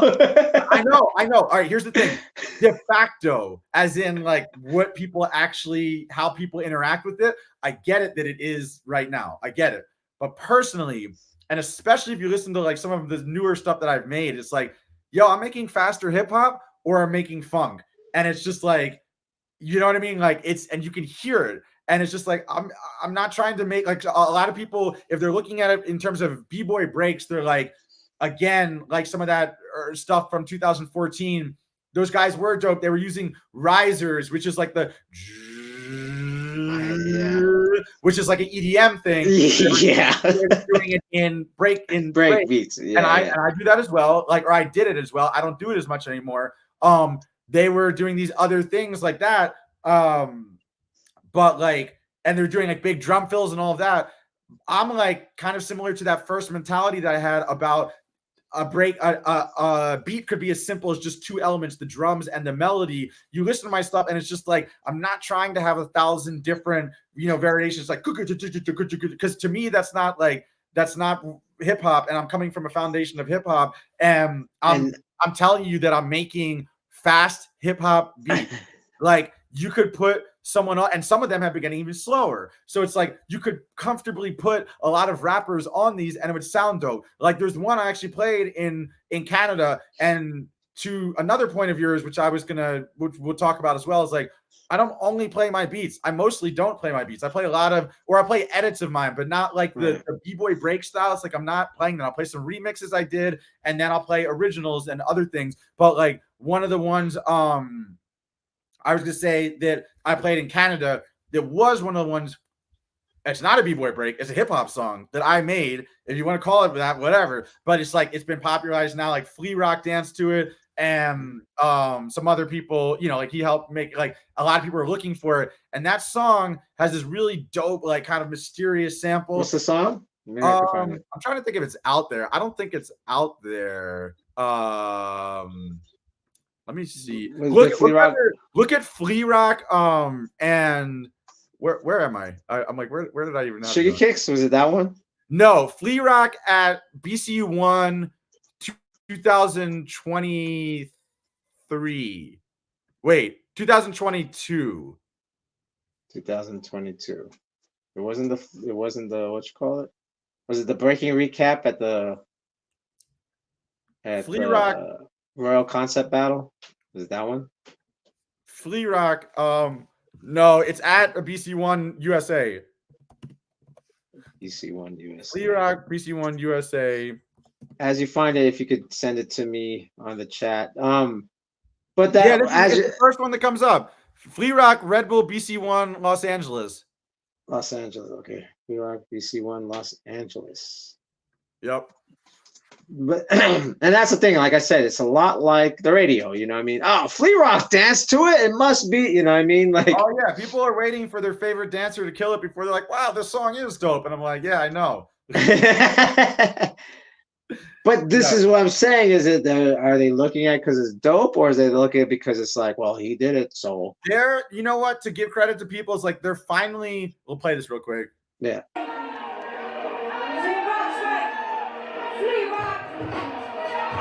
Okay.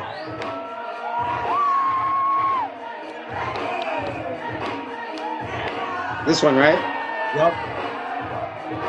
No, it's not noise, but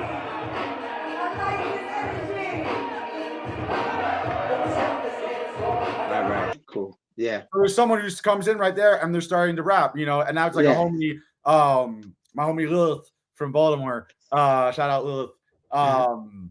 You know, and like, you know, it's just like if you listen to a lot of that new stuff that I'm creating, I'm just making hip hop. Like, that's it. Right. That's interesting. So that's interesting because, like, you know, and I mean, I'll apologize online right now because I really like, I blame Fleg. Like, I was a lot, I feel like that. But now that you're talking about this evolution and you're talking about how in the Jay Dilla conversation, just really put into perspective, like how many people emulated what you guys were doing at a certain time period, experimenting. Right. You know what I mean? And it's like, because I used to call it like, this is the new electro. Like, we kind of like, you know what I mean? And the worst part is, it's like, I say emulated with like, where's my other hand? Here it is. Emulated with like quotations, because it's like, yo, like, they're not even good producers. Like, all these most of these guys are not good producers at all. And it's like their drums have no swing. They're, you know, there's all these factors, and it's just like they're not good producers. No offense, guys, but it's just like, you know, like I said, I grew up with that music background, and I still had to learn a lot of stuff and maybe make some bad tracks, but at least I had certain things in my ears because I was a music person. Right. If you're just breaking and you're like, let me make some beats, like, honestly, please don't. Like, just like get your friends that are dope and maybe help direct them. Get your friends, like, if you know some people separately that are in a band, get them to like make something, be like, whoa, what if you did a beat like this? But it's just like, yeah, we don't need any more of this. Like, it's bad. It's really bad. And I know what you're saying, because just like, and you're lumped into it. Because like, honestly, when I just heard that song, I was like, no, that sounds dope. But what you were talking about, I was like, no, that's the thing I'm like, that drives me crazy, right? Everything that you're talking about, like that, the risers and this and that, and then a little bit of 808 in there. It's like, and also like listen to. So I had at least a bunch of good comments. You know, there's always gonna be some naysayers, but like, partially because Hijack was dancing to it, he makes anything look good. Yeah. But also, like, if the music were completely whacked, you'd also notice that. But I played like a samba bass beat for this year's BC1, a samba bass, or this past year's samba bass beat, like another Brazilian type one, a Latin funk track, something that I made that I recorded, like a Latin funk singer that was like, he was at least associated with Iriqueri, and then recorded him with Felix. Felix got me the link for that in South Florida. The drummer on that was Homer Steinweiss, who was Amy Winehouse's drummer, who did like the Freddie Gibbs, like NPR. Okay, word. Oh, okay, word. That was the drummer. Okay, dope. Stuff. He was the drummer. It's like, yo, I'm like, I don't think people have any idea the fact that, like, again, this isn't just let me Fleg be the one to make this whole thing. It's like, no, dude, like, I want to rely on people that are dope at what they do that I cannot do. I cannot, like, I won't say names, but I remember I heard someone like from Europe be like, yo, I want to make Latin funk. And I was just like, how? How are you going to make Latin funk, bro? How are you going to do that? Like what Latino person, like, and when we're talking Latin funk, we're talking about with the polyrhythms that came from Africa, that came via Latin America. We're not talking about Spain. How are you going to make Latin funk, dude? Right. And so it gets me mad too, because I'm just like, people have this idea like, oh, I can just make it myself. It's like, no, you can't. This music there's so much to this. You can make some hip hop beats at best, and that's cool. And that's what I do. And that's what I like. I like making hip hop, or I like thinking about it. I'm making faster hip hop music. Or I also did my whole project, which was a full band and had 0 samples, and I composed everything. And like, that's called the East Coast Affair. And like, even there's a song in there that in the recent Menno versus Hong Ten battle, they play Nobunaga, shout to Nobu. He played one of the songs from that project. Like, I make funk or I make fast hip hop. And I don't always rely on me, because like, I'm good at some things, I'm not good at everything. But a lot of people are thinking like, I can sit behind a computer and make something that moves our culture, which has existed for like 50 years in this really beautiful way, including diverse sounds of like rock to jazz to, Latin funk to, regular funk to whatever. Like, it's a crazy thing at this point of, like you said, evolution, for people to think, oh, I can make that, like I can recreate that, or I can make something that is as good as a Rock Creek Park or whatever. And like, okay, no. and that's my thing. It's like, okay, so that's my thing that I can't with that approach, I would say, bro. So this is what I'm saying. Like, I'm glad because I haven't talked about it. I won't say I like trashed you, but I've been like, I don't know, man, these beats are like too electro-like, and there's no just electro. At this point, a lot of those being played, it's never me. And now I'm starting to differentiate, because it's hard to. Honestly, it's hard to. It's hard to. You're at Rock Harder. What of the stuff that was like the Fleg, B-boy break bangers? What of that stuff did I play there? I don't play the stuff at jams anymore. I played it for a few years, and maybe like now when I have to for like a live stream thing, okay, like I do that. But it's like, bro, like I don't play when I'm left to my own devices. Maybe I'll play like 1 or 2 tracks the whole jam, and that'll be the updated ones, the ones that are just straight for me hip hop. But the things of that other style, like, I'm not saying I would never do it in the future, and unfortunately some people know it and they want me to do that, and I'm like, I don't spin that, dude. I haven't spun that stuff. Like, okay, I have a jab question right here. You're gonna answer it. How fast do you stop playing the Baby Keem remix? Yeah, no, exactly. Like, did you like, how long was that? How long that period lasted? And then you're like, I'm not playing this no more. I would still probably play it. I didn't play it the last jam. Like, I know that. Yeah, like, that's the other problem. And this is the thing, is like, people want stuff out online or whatever. And I'm like, bro, as soon as I put this out online, this is going to get rinsed, and just like, you're going to be sick of it in a year. It started out, and this is what a lot of people forget about the stuff like Lean did or I did or whatever, is that, like, remember at the beginning, people were hyped to it. Maybe a couple of people didn't like it from the get-go, but most people were completely fine with it. The reason that it got annoying is because everyone started playing it. So it's just like, I sorry, I made something that moved everyone, and it's just like, I get it that, like, you know what I mean? Like, that's just, I get it that it gets annoying. And again, that's why I also don't play that stuff, and I keep it moving. I keep digging. I keep doing different things, different productions and whatever. But it's just like, I don't stay in one place. I keep moving. And when people are trying to put you in that box, like you said, and I get why, I totally get why, but I'm just like, go to a jam that I've DJ'd. Ask anyone that goes to jam. And it's so what, like, I think they already made a rip of your shit, right? Like that Baby Keem remix. There's already a rip and like remixed, right? Already, right? Of your edit, right? Well, like, here's another thing that was annoying. All right. This is where we get to vent. But this song, like, if you think about what I did, if you look at it closely, again, I make faster hip hop, right? That song is like, this trap song, or it's like this slower, whatever. All I did was create a hip hop song from a hip hop song. I made a hip hop song. I made a hip hop edit, but instead of it being at the whatever, like 70 something BPMs, I made a not that fast. It was like good, solid, like not rushing you or whatever. It was like 107, 108 BPM remix of something that was 70. I didn't go something that was 70 and double time it to make it 140. I've heard that remix like in some of the European scenes, and it's just like there's a specific reason why I did not just like the reason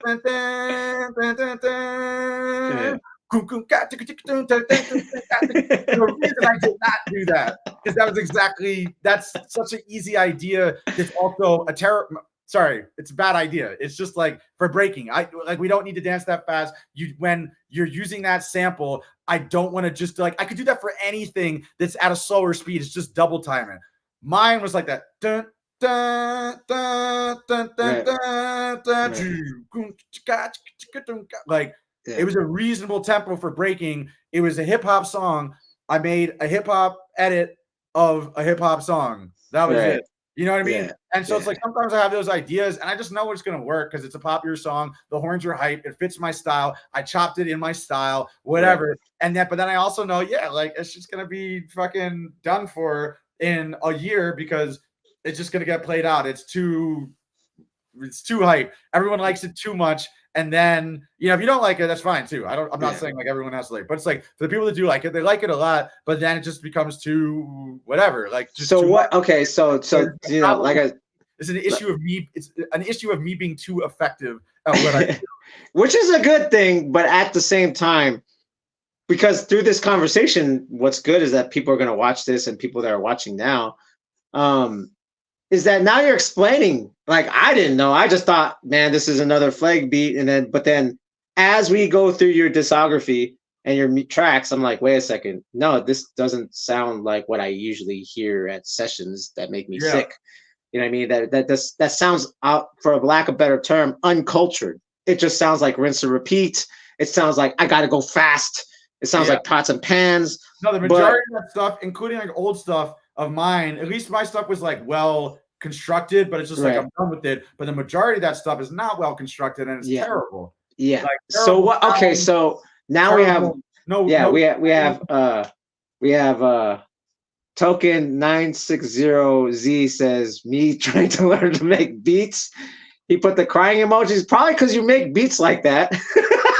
And we're just like, well, look, it's like you said, you didn't know that, but so do a lot of people don't either. And again, they're looking at it as maybe it's my fault. I haven't done as far as the education side of it. And again, explaining out like, this is why I do this. This was the evolution of how I got to there. But then also it's just like I said, I really, if you think that B-boy breaks is a genre, you're going to make something that sounds like me in 2017, 18, Lean in 2014, and like then he stopped even making some of those with his like collabs with like B Bravo, but Lean like 2000, maybe like him and B Bravo heavy 2014 to like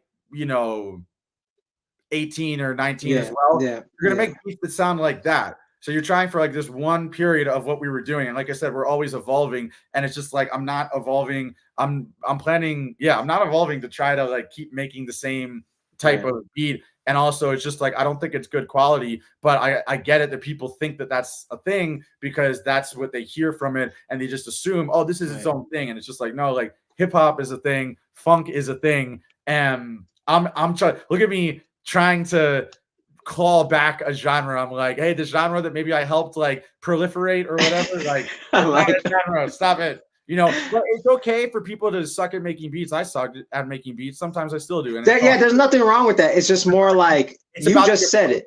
It's about just said it. You're trying to make funk music and hip hop music. That's it, period. And I think that's the thing that people don't understand. Because and for those who are watching, like, watch this interview from the beginning and look at the names we're mentioning. Most of the people that are making these beats don't know who even Jay Dilla is. Not realizing Q-Tape makes beats. Ad Fiddler. We're not talking Pete Rock. Premier. Right. Like, there's another name that I think who's the best out there, in my opinion, who creates that sound that's not modern, but just sounds like it's from the 70s is Adrian Young. To me, he's like one of the. I don't know if you heard Adrian Young. I met Adrian Young. Yeah, and the thing is, he was a dancer. That's the thing. He was like, if you don't know, he made the tracks for Black Dynamite. He made tracks for Luke Cage.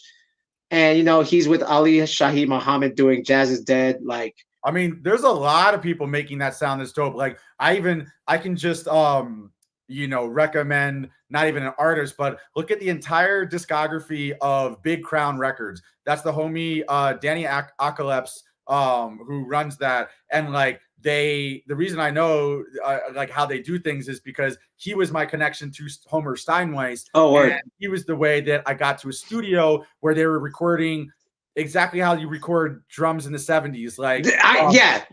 plate reverbs, recording to tape, recording through like Altec compressors, like Altec amps that are really like fatten up the sound in a certain way, having a drummer like Homer Steinweiss to like play it, all these different elements. That is such a science, and I really give those guys a lot of credit for it. And it's just like that stuff is incredible. That whole label is based around that type of recording.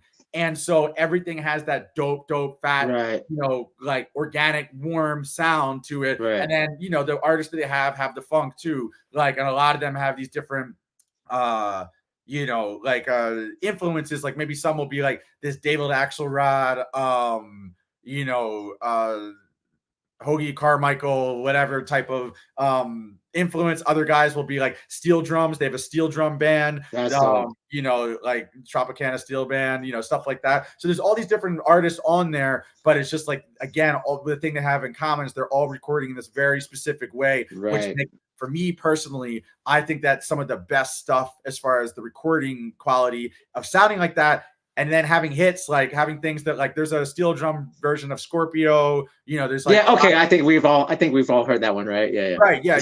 There's other songs too, but like that whole label is current and doing, I think, the best work of anyone as far as like having that kind of sound. So I highly suggest that just to get into people's ears. See, that's the thing is like, I'm not mad if people are bad at making beats. I think there's two things that you have to keep in mind is like, number one, what are you going for? And like I said, stop going for the b-boy breaks. Go for good luck. Go for faster hip hop that people, respond to. So listen to faster hip hop songs. Again, even listen to like DJ format stuff, things like that. Listen to like Key to the City by Large Pro. Listen to even to, like start using synths and stuff. Again, a favorite of mine, something that I feel like I helped bring into the breaking scene, one of the first people to play it, and especially play it around a lot, was like Never by JID. Like that's a perfect example of it's using that one. Everyone uses that. The back beat is the Hiachi break from Afro Lafayette band.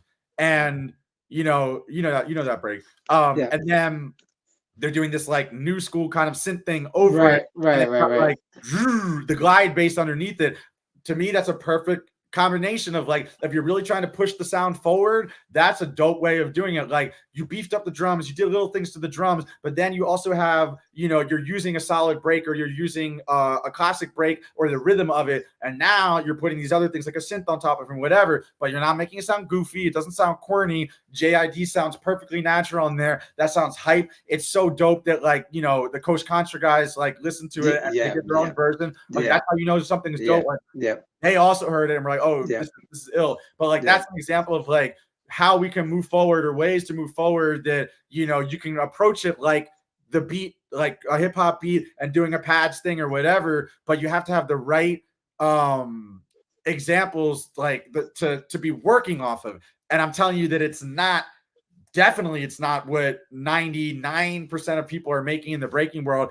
And then even stuff that I've made that's a couple years old, like I'm not looking at that as like my go-to for how I'm going to create the next beats that I'm making. Like, you know what I mean? Like it's just like I feel like people have a limited scope of music knowledge, which is limiting the way that they're looking at making beats for dancers. You know what I mean? Like you can make a beat that has the dancers in mind for sure. I do that a lot, but it's like, it should also be able to be something that sounds natural or sounds good enough that I could play this for someone else, and they're not just like, all right, whatever. Like, you play like make something. So for all the audience out there, let's say, I want to get a feel from you. How many of these guys that are making these types of beats are hip hop heads percentage to you, in your opinion? Sometimes I don't know, to be honest. Like, and I can't like I'm also not trying to talk like extra bad on people. I know I am. for the newer people, I'd say very few. Okay. For the people that are a little bit older that have been doing it, I think they know their classics, but then there's like they're not connecting between the classics in like funk and hip hop and the production. They're not connecting. What do I have to do to make something? It doesn't have to sound the exact same, but how do I get elements of it? And like I said, me personally, it's like, okay, I'm literally getting, people that are played with world-renowned artists to come in and play. I don't do that often, and that's hard to do. Okay, fair enough. So what's the next step, you can do? And it's just like, I feel like this is a general problem. This applies to breaking. Right. Yeah, let's go. Let's like, air it out. I'll make a hot take out of it. Yeah, of course. There's a big lack of creativity, and you look at like Hollywood, and you look at like what we call stuck culture, where they're just remaking the same, whatever, comic book movie. They're making the same Batman again. They're making whatever. You see it a lot in music as well. You see like Khaled just using what was literally a hip hop. It wasn't even like a sample of something else. It was like a hip hop song that sampled something, and then sampling that song to make, you know what I mean? And it's just like stuck culture. No one is thinking about it creativity, like with a big amount of creativity to move things forward and to really be like, what can we make that's really like has a unique sound? How can I push this?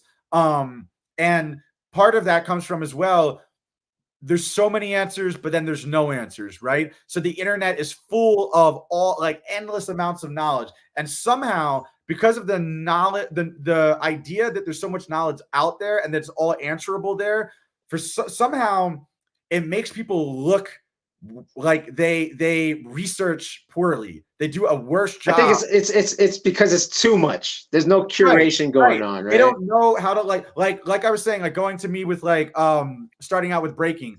It was like I had to fight for every possible way just to see this thing, just to see it. And like, what does that do to you? It makes you like hungry for it, and it makes you have to be creative. Like, oh, I can't watch another breaker who's way better than me every day. Well, what is this breaking thing? It's this general idea that I'm on the ground doing things, and there are these like foundational moves. Maybe I know like one or two of them. I definitely don't know a lot of them, but I know one or two. What am I going to do in the meantime when I want to work on it? I guess I got to just fucking think of something, and I got to make something up. And that's just creativity right there. Right. It's deliberately, or put it this way. In this case, it wasn't deliberate, but it comes from a situation a lot of times where you're starved for the extra information about this is how this is done, this is whatever, and an exact person to like hand you down every single trick of the trade. Some people do that. Some people get that, awesome. But a lot of us don't. And a lot of people that innovated had no such come up. They just like saw this thing. They're like, well, that's kind of cool. Well, that's kind of cool. And they figured it out for themselves. And that's one of the biggest things is just like a lot of this information is out there. But again, because it's too easy in a certain sense, it's not even being, people aren't striving towards it. They're not looking for the information to be like, how can I get better at this? Like, again, so they see b-boy breaks. Oh, a b-boy break. Let's call that a genre. I will make it like Lean made this. I will make it like Bless made this. I will do whatever. Yeah. What about, again, where does this all stem from? Production. Okay. Right. So instead of saying, how do I get better at making a b-boy break, you could say, how do I get better at production? Okay. Yeah. Now we start looking at like, again, you have all the resources online. You have, these tutorials, things like that. Mm-hmm. And you start finding out how to become a better producer, and then that will sink into everything else. But again, it's just like people aren't asking the right questions, and part of it is because they're not forced to, because of the lack of information out there. They're not forced to ask those questions. Everything is presented, it's right here, and then they're just like, okay, let's make the copy of that. I don't know, like it pervades a lot of different parts of our culture, but it really leads us to be sort of stuck in one thing without actually progressing in what it is that we're doing. So yeah, that's a general rant about everything, but it is true. It's like people aren't asking a lot of the right questions. It comes from, honestly, it feels like just a lack of imagination and a lack of like, I feel like someone who's very smart I don't think I'm even that smart. I was just in the right position to have to ask the question because I didn't have the research. Right. You could start to be like, like you could start to figure out what questions do you need to ask. So it's like, I want to get better at producing. Okay, what are the basis? Like, what's the basis of producing? And I'm not even going to give any answers here. I'm just like, start asking yourself good questions. I want to get better at breaking. Okay, what does good breaking look like? Who's someone that I think is good breaking? And then again, this is how people get caught into this thing. They think, what is good breaking? It looks like this one person who's this breaker. Let me copy what he or she does. Yeah. Now it's like, what are they doing that is effective? Okay, how can I be similarly effective, not similar to them? Right. And again, like, I don't know if we have to spoon feed this to people. At this point, here it is. This is honestly the answer to, like, if you follow this, if you really follow this, it could be in breaking, it could be in DJing. Like, you will actually become very good at this. I guarantee it. Okay, so we've been on almost 2 hours, man. It's a good conversation. Yeah. One more question before we wrap it up. So okay, so now we're talking about the people that are like kind of like, let's say who we're talking to was guys that are 39 to about 29, like in that range, right? Because they came into it from freestyle session watching YouTube, right? They're watching YouTube, they're watching Hong 10. Hong 10 is their foundation. They don't know anything before that. Yeah. How do we get this next generation, your Bam Bams, your Kid Breaks, your Babaloos? How do we get them to be enticed by exploring music besides, because to them it is b-boy music genre, right? How do we get them to kind of open up into, hey, have you heard of Freddie Gibbs? Or hey, have you, maybe not Freddie Gibbs, but Alchemist, or Pete Rock, or or even Adrian Young? How can we get them to go, this is beyond, this is not breaking music, this is just like music, funk music based on this, right? Yeah, or like Static Selector, who again I had at King of What 2 years ago, like, and it's like, I'm bringing people for a reason. If you look at what I do, and people that I bring in, there's usually there is a very, very, very good and very specific reason why I brought that person in to do the jam. And it's just like, my hope, and sometimes I'm too optimistic, is that people will follow the breadcrumb and be like, oh, you booked this person, you booked Jungle Fire for King of What when I did it in LA. I booked Large Pro and Static Selected for the one in New York. Like, the idea is, like, I booked them, and it's like, these people have relevance to our culture. You've heard their music before. If you don't know it, stop kind of being ignorant. I'm literally putting in front of your face to show you how dope this is, but for the jam, but also to be like, these are educational bits that, like, I'm putting out there. So with that said, I think one of the things that we do as a community and as people that are throwing events is to keep adding those things in. And like, it sucks. Sometimes I might have to be just like stupidly obvious and be like, hey, everyone, this is what I'm doing when I have Static Selected coming to spin. It's because Static's, like, he produced number 99 by Joey Badass. You know what I mean? Like, he has that sound. He knows it. He grew up with a lot of the Boston B-boys. Like, he knows all the, like, floor lords and stuff, or at least he grew up around them and, whatever. And it's just like, there are these really specific reasons I'm bringing that in. And I think that if promoters are really specific in, bringing people into the scene, but even the DJs, and this also goes down to DJs too. That's another thing. If they play, see, I'm looking very much in the event sphere. I'm not looking at the practice sphere, and maybe I should look at more of that and maybe add more mixtapes. I haven't made a mixtape in That's years. What we need. honestly. Yeah. And so fair enough. So, like, I get that, but, like, I am looking at it in the event sphere, because that's where hip hop, to me, that's a big place where it happens, where it's like, this is the event, this is the party, this is the jam. And, how I get young people to be into things is like, I don't know if it's going to work. It's kind of like a parent who has, like, who teaches a lot of good ideas. You don't know if your kid is going to, like, actually come away being a good person and is going to actually themselves, you know, embody those good ideas.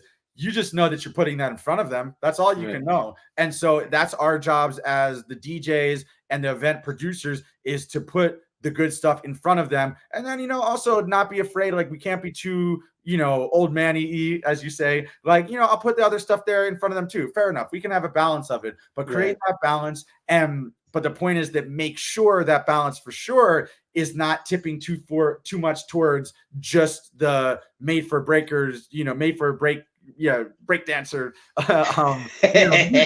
Like, it starts to me a lot within the way the events are curated, are staffed, you know, personnel that you have involved.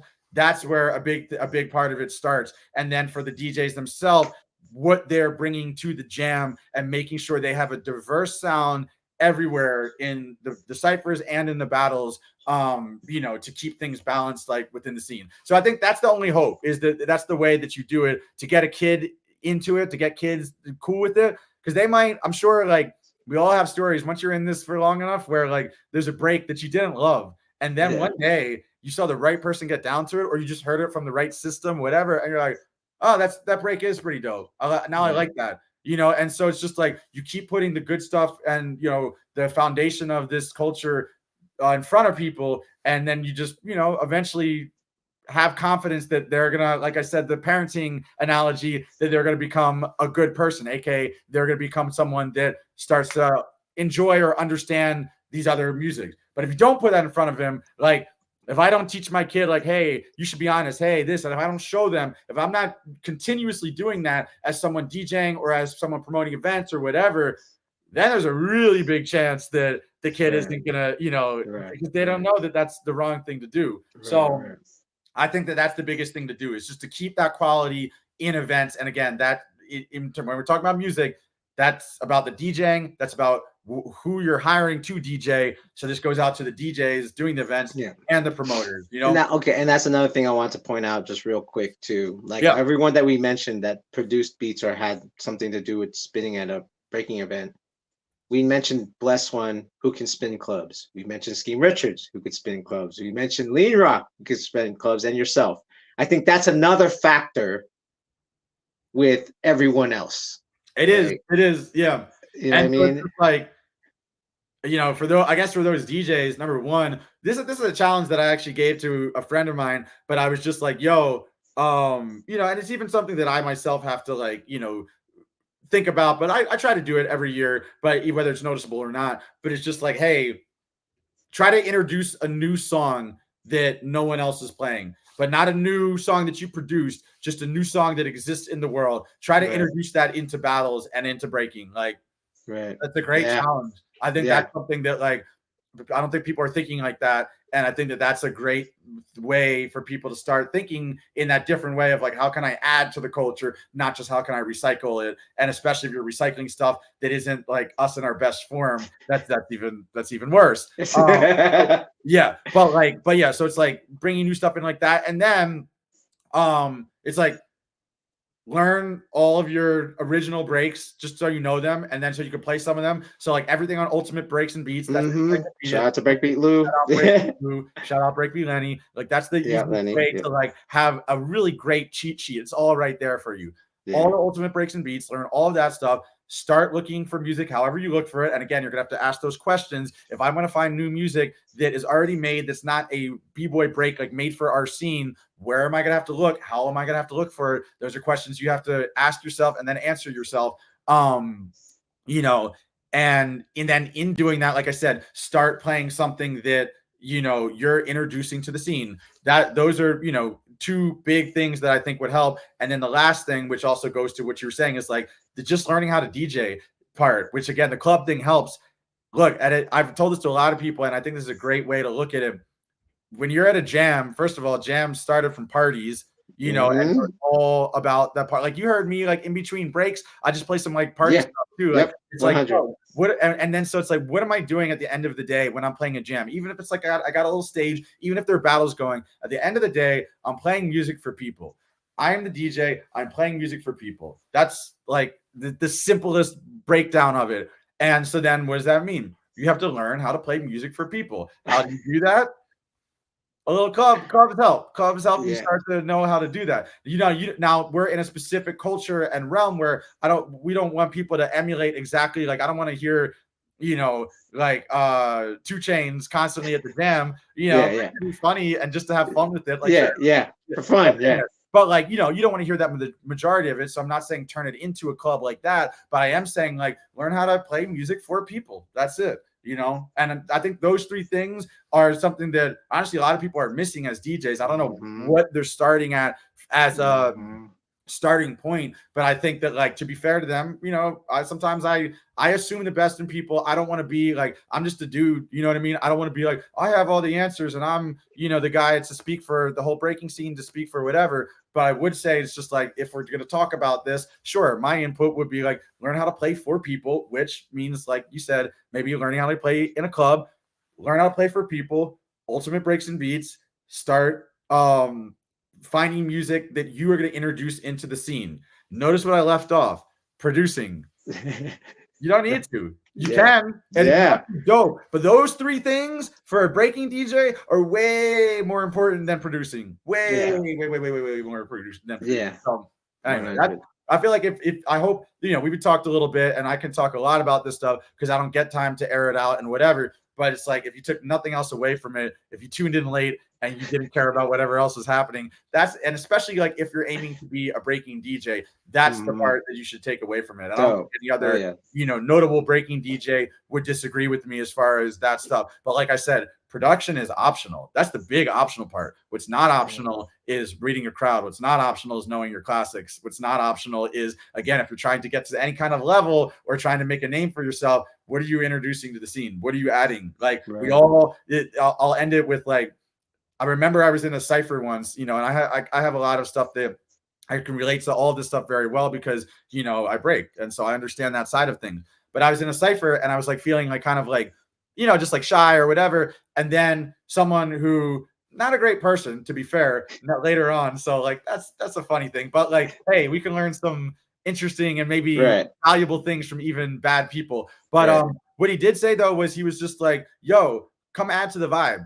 He just said that to me. Like, so we're all like in a circle at a practice and we're doing like a cypher at the end. But like, here's me thinking about myself of just like, I'm just like feeling shy and like, hey, this is about me. I'm going to stay out of this because I don't feel like imposing. Maybe I feel like I'm whack. I'm not going to impose my whack moves on people. Right. Meanwhile, the circle that exists is like, hey, you're in the building. You're part of this. Come on, come add to it. Come add to the vibe. And I think that's something that we don't talk about enough, where it's just like, this is open. Like, I have my critiques, I have my whatever. But then after that, it's just like, hey, start asking the right questions, approaching it correctly. And then please come add to this vibe. Don't add to the sea of production of shitty beats. Add to, you know what I mean? Really, like, play something that I'm like, damn, like, okay, you played this new song. I never heard that before. That's what's up. like, Cool. I really think that people don't look at themselves as part of the culture. They're just someone that's trying to emulate something else going on in the culture. And I think that that's a big distinction. Like, start thinking of it like, you're one of us, man. You're part of this. Like, so just come add to the vibe. So real quick, last comment. And he said, this is the first comment. I posted this Saturday. First comment. He's back again. Any tips for improving my scratch and beat juggling? Let's make as quick as you can. As quick as I can. None. Practice. This is practice. I had no one teach me how to beat juggle or scratch. And it was just like, again, like maybe some like-minded people where we were all kind of trying to do the same thing at the same time. Like, again, ask yourself, it sounds like crazy and it sounds like I'm on some like cryptic, giving you what's his name? The old guy, the with the barefoot interviews and the white hair. Why am I blanking on his name? Like music producer dude who has Rick Rubin. Yeah, Rick Rubin. It sounds like I'm on some Rick Rubin shit, where I'm like, you have to ask yourself, what does a crossfader do? And like, you know what? That's exactly what you have to do. You have to ask yourself, what does a cross fader do? It cuts sound on or off, on off switch 0 1. So like on and off, and then it's just like, how do you make patterns? Like the thing that I learned with was like, if you have a continuous scratch, like you're sorry, if you have a continuous sound that you're scratching, not like a vocal, but something that stays even the entire time, like shh, then what happens if you do the fader? Where am I in the camera? If the record is going shh, and then if I go like this, the fader is off, nothing. The fader is on. Shh. Now what happens if I do if I play the sound and then the fader is doing this? I'm putting it in little by little, like boop, boop, boop, boop, boop, boop, boop. So you're turning it on, you're cutting the sound with the fader. That's the basis behind all scratching. So that's why I'm like, what does this cross fader do? I just answered for you. You're cutting the sound on or off. So then it's just like, there is no right answer. It's just it was a bunch of people that was like, okay, what rhythmic pattern can I make by cutting the sound on and off? That's it. So it's just like thinking about it in these really simplistic terms, not like, oh, there's this flare scratch that I have to do this. There's this. All of that stuff is out there. Go watch 1,000 tutorials. And if it helps. Oh, yeah. There's definitely tutorials out there for sure. There's so many out there. Like, look at, all you have to do is learn some of the names of the scratch. Flare scratch, double click flare, what's it called? Crab scratch.